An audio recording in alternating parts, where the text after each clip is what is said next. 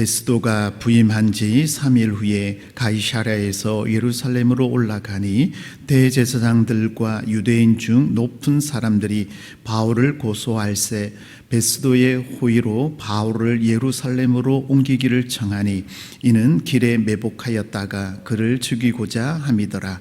베스도가 대답하여 바울이 가이사랴에 구류된 것과 자기도 멀지 않아 떠나갈 것을 말하고 또 이르되 너희 중 유력한 자들은 나와 함께 내려가서 그 사람에게 만일 옳지 아니한 일이 있거든 고발하라 하니라.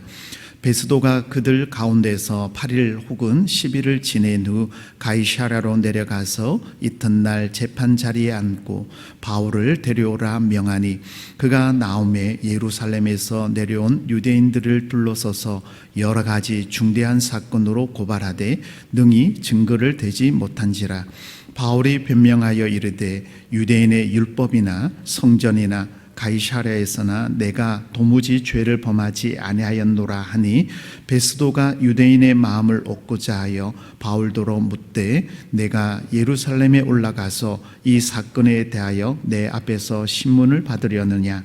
바울이 이르되 내가 가이사랴 좌편에 앞에 섰으니 마땅히 거기서 신문을 받을 것이라. 당신도 잘 아시는 바와 같이 내가 유대인들에게 불의를 행한 일이 없나이다. 만일 내가 불의를 행하여 무슨 죽일 죄를 지었으면 죽기를 사양하지 아니할 것이나 만일 이 사람들이 나를 고발하는 것이 다 사실이 아니면 아무도 나를 그들에게 내줄 수 없나이다. 내가 가이사랴께 상소하노라 한데 베스도가 배석자들과 상의하고 이르되 네가 가이사에게 상소하였으니 가이사에게 갈 것이라 하니라. 아멘. 오늘 3절에 있는 매복하였다가 죽이고자 함이더라 라는 말씀으로 함께 은혜 나눌 때 이 새벽에 말씀이 살아있는 레마의 말씀으로 임하기를 예수님 이름으로 축복합니다. 오늘 본문에는 1절에 베스도가 총독이 됩니다. 그러니까 정권이 바뀌었어요. 근데 여러분 항상 성경은 앞과 뒤를 봐야 되는데요. 24장에 어떤 일이 있었나 봐야 되고요. 그리고 25장이 있고 26장이 있습니다. 그래서 26장 할 때 제가 목요일 새벽에 제가 또 설교해요. 그래서 24장하고 26장하고 전체를 보다 보니까 오늘 여러분에게 좀 24장 내용을 보셔야 오늘 본문이 이해되고 그리고 목요일 새벽에 이해가 돼요. 그래서 잘 됐을까요? 잘 됐을까요? 예, 여러분 내용을 전체를 항상 봐야 돼요. 자, 24장 1절로 갑니다. 24장 1절로. 자, 여러분 24장에 보면 어떤 일이 일어나냐면요. 바울을 고소하는 내용이 나와요. 그러면 유대인들이 도대체 무엇을 고소하냐는 거죠. 21장 1절에 보면 대제사장 누가 나오죠? 아나니아. 자, 아나니아는 이름은 동일 이름이 많아요. 바울을, 그러니까 사울 때 눈이 보지 못할 때에 안수기도하여 눈을 보게 했던 아나니아. 아나니아 예수님의 제자가 있고요. 대제사장이에요. 자, 그리고 어떤 장로들이고 변호사 더블로라는 사람이 바울을 고발을 해요. 자, 이 부분은 이제 나중에 이제 또 다시 한번 말씀드리겠지만 무엇을 고발하냐면요.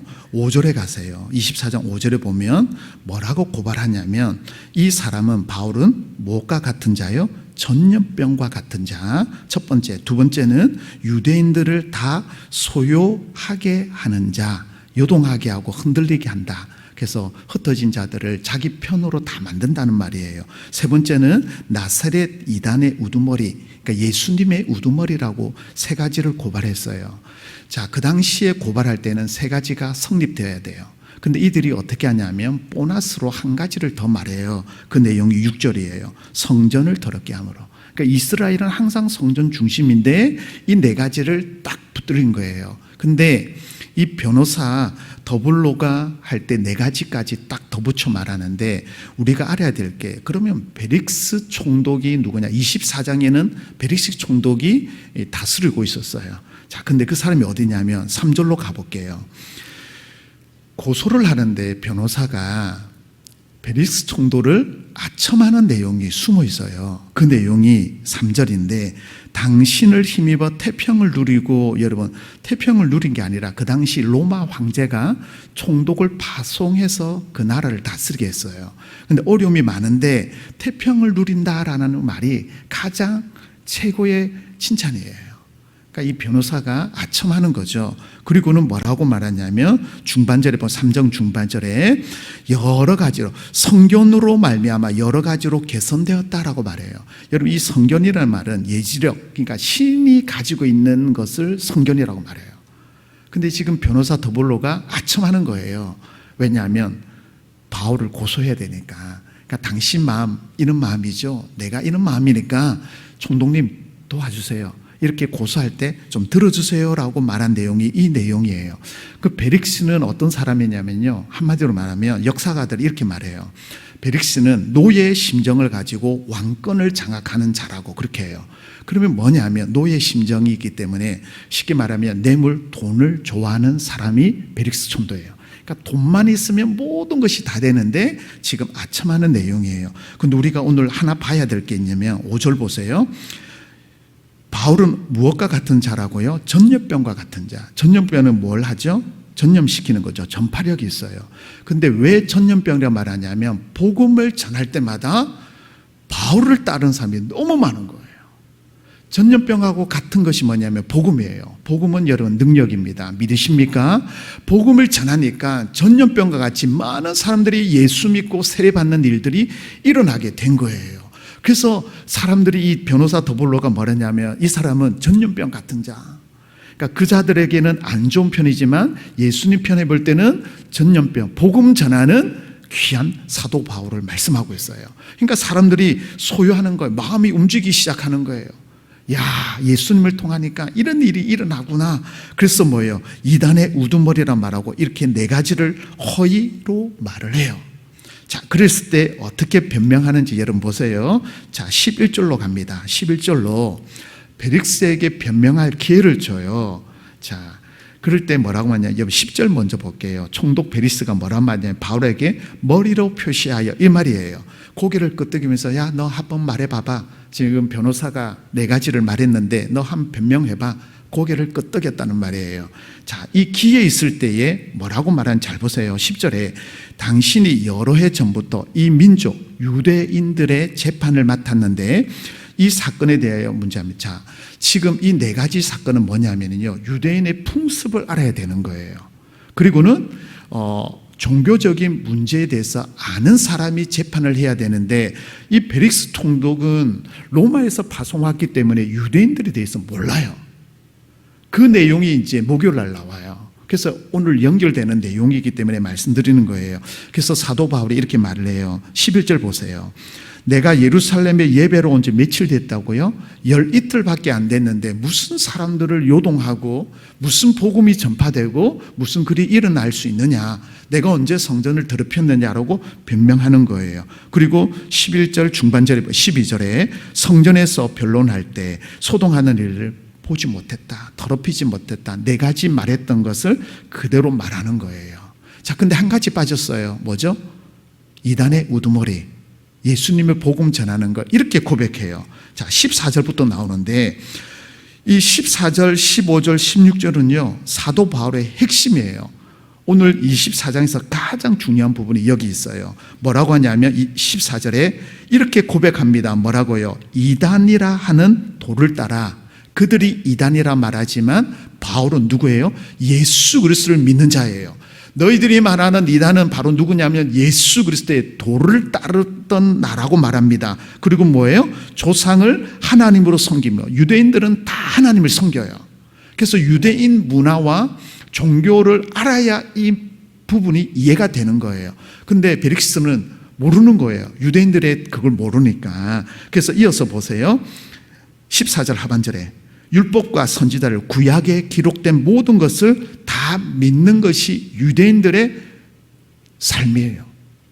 그리고 보세요. 15절에 중요한 부분이 나와요. 곧 기다린 바 하나님에 향한 소망을 나도 가졌으니 곧 뭐라고요? 의인과 악인의 부활에 대해서 말해요. 그래서 바울은 왜 이렇게 복음을 전하고 죽을 고비를 전하면서도 왜 자꾸 예수 그리스도를 전하냐면 부활 신앙을 가지고 있기 때문이에요. 그래서 바울은 죽음이 두렵지 않습니다. 천부장에게 갔어요. 총독에게 갔어요. 나중에는 이제 황제 앞에 가서 상소를 해요. 고발을 해요. 근데 두려움이 없어요. 왜요? 부활 신앙을 가지고 있기 때문에. 그래서 보세요. 의인의 부활도 있지만 뭐예요? 악인의 부활도 있어요. 그래서 다니엘서 2장 12절에 보면, 다니엘서 12장 2절에 보면 참고로 여러분 보세요.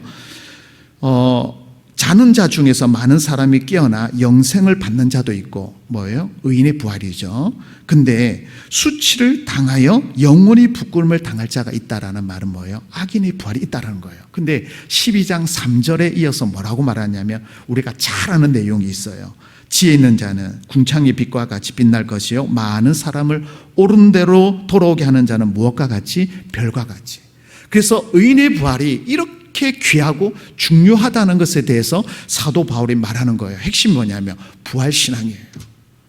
구약 성경을 믿는 이유, 내가 우두머리가 된 이유, 바로 이 부활 때문에 이렇게 합니다라고 지금 말하고 있는 거예요. 그리고는 오늘 본문으로 가는 거예요. 오늘 본문으로 갑니다. 1절, 25장 1절. 자, 베스도가 정권이 바뀌고 나서 가장 먼저 한 거 잘 보세요. 부임한 지 3일 후에.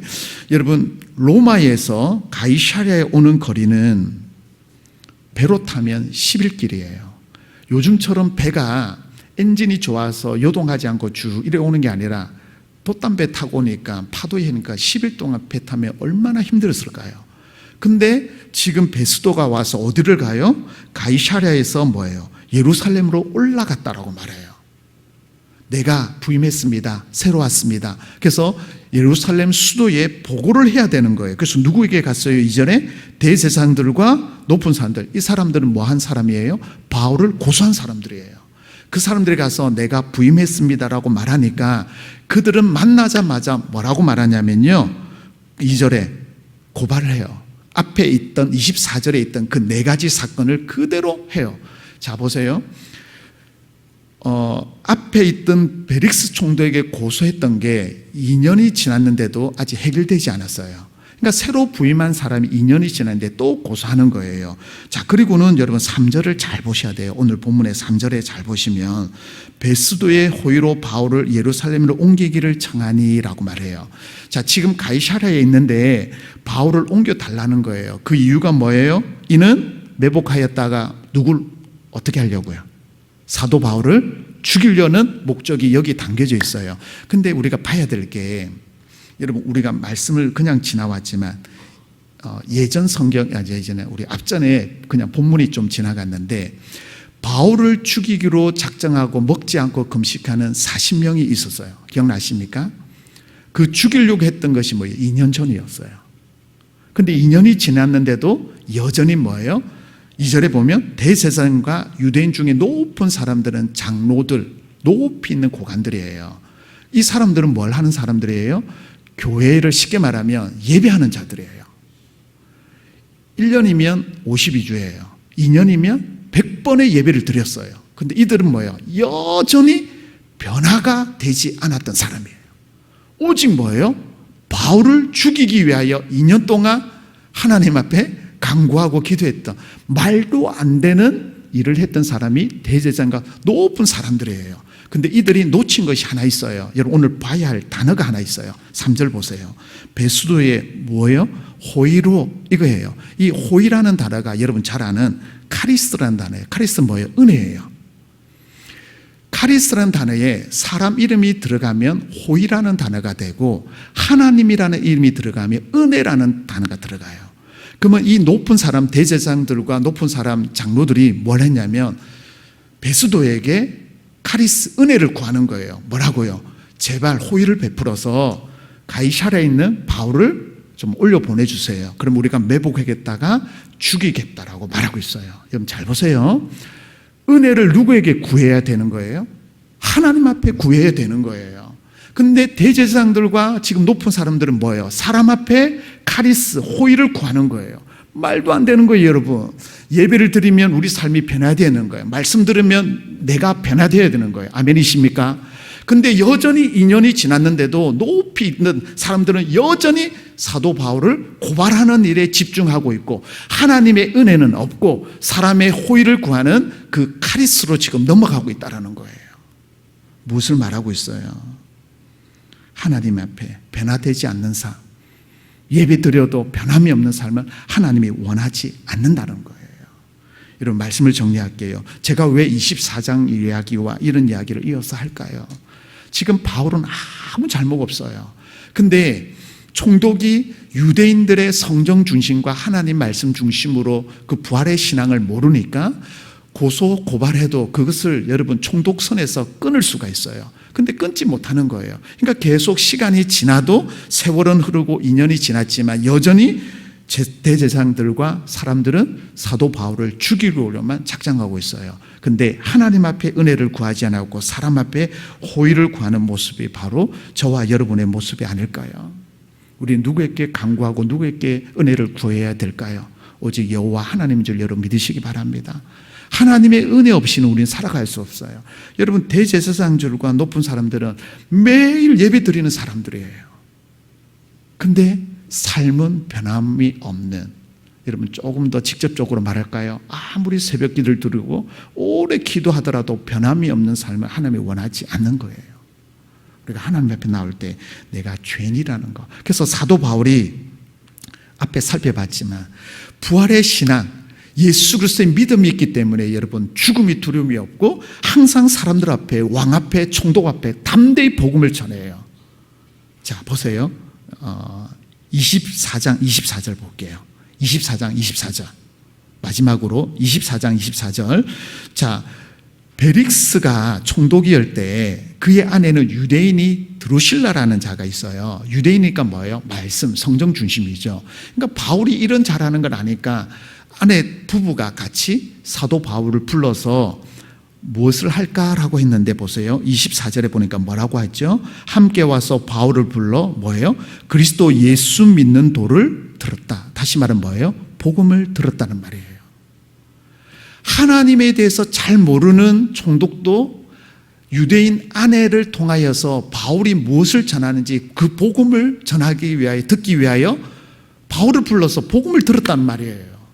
근데 여러분 오늘 본문 2절에 대제사장자 높은 자들은 뭐예요? 복음을 들으려고 말씀을 통하여 변화되려고 하지 않고 예배는 드려도 뭐예요? 오직 한 가지 뭐예요? 사도 바울을 죽이기 위하여 카리스, 사람 앞에 지금 호의를 구하고 있어요.